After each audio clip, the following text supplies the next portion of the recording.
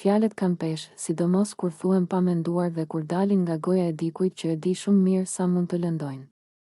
Dolce si një manekine, je në shtëpi dhe nuk dëgjohesh fare, ke për të dalë pas 2 javësh, je hije në shtëpi, je në gjumë gjithë kohën, këto nuk janë thjesht komente të rastësishme. Janë etiketime, janë përpjekje për ta zvogëluar dikë, për t'ia zbejur vlerën dhe për ta bërë të ndihet i padukshëm. T'ia thuash këto fjalë labinotit nuk është kritikë konstruktive, është nënvlerësim.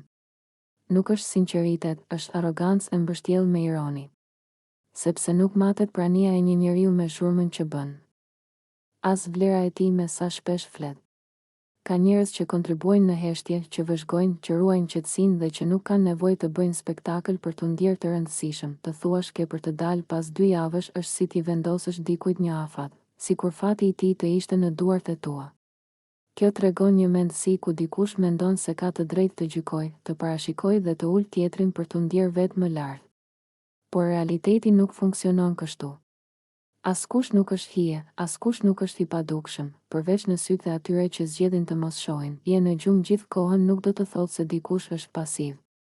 Ndonjëherë do të thotë se po duron, po vëzhgon, po ruan energjinë për momentin e duhur. Heshtja nuk është mungesë karakteri, është shpesh formë force. Dhe ata që e ngatërojnë qetësinë me dobësinë, zakonisht gabojnë rënd. Këto fjalë nuk e përkufizojnë labinotin.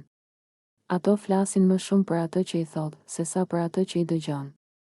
Sepse njeriu që ndihet i sigurt në vete nuk ka nevojë ta ulë tjetrin.